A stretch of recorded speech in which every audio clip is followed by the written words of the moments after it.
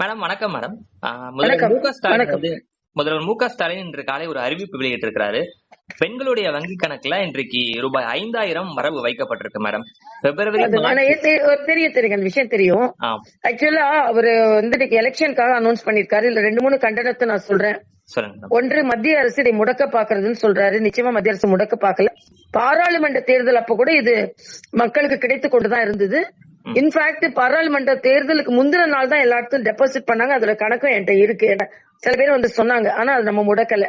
இன்னொன்று, தேர்தலுக்காக நீங்க செய்யறத எப்ப பார்த்தாலும் மத்திய அரசின் மீது பழி போடுவதை மக்கள் ஏற்றுக்கொள்ள மாட்டார்கள். 2000 அதிகமா அறிவித்திருக்கிறார். அது ஏற்கனவே அண்ணன் எடப்பாடியார் அவர்கள் 2000 கொடுக்கறேன்னு அனௌன்ஸ் பண்ணிட்டாங்க.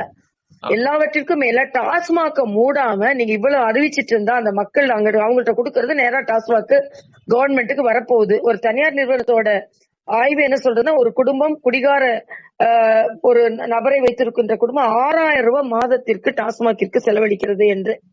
அதனால இது அப்பட்டமான தேர்தல் ஸ்டண்ட்.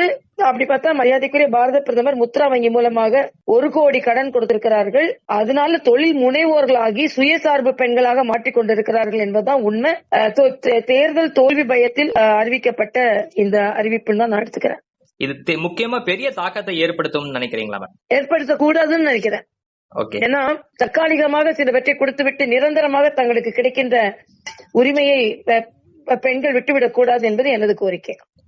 இப்போ இது கூட உங்களுடைய கவுண்டர் அட்டாக் திட்டம்னா இல்ல ஒரு அறிவிப்புனா பிரச்சாரம்னா நீங்க என்ன சொல்லலாம்னு இருக்கீங்க? நான் ஏற்கனவே என்னோட ட்விட்டர்ல போட்டிருக்கேன். அவங்களை சுயசார்பு மக்களா மாத்துறதுக்கும் பீகாரை இதுல காரணம் காமிக்காங்க.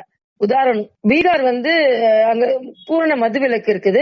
பெண்களை சுயசார்பானவர்களாக தொழில் முனைவர்களாக மாற்றும். நன்றிப்பா. நன்றி. நன்றி மேடம். தேங்க்யூ.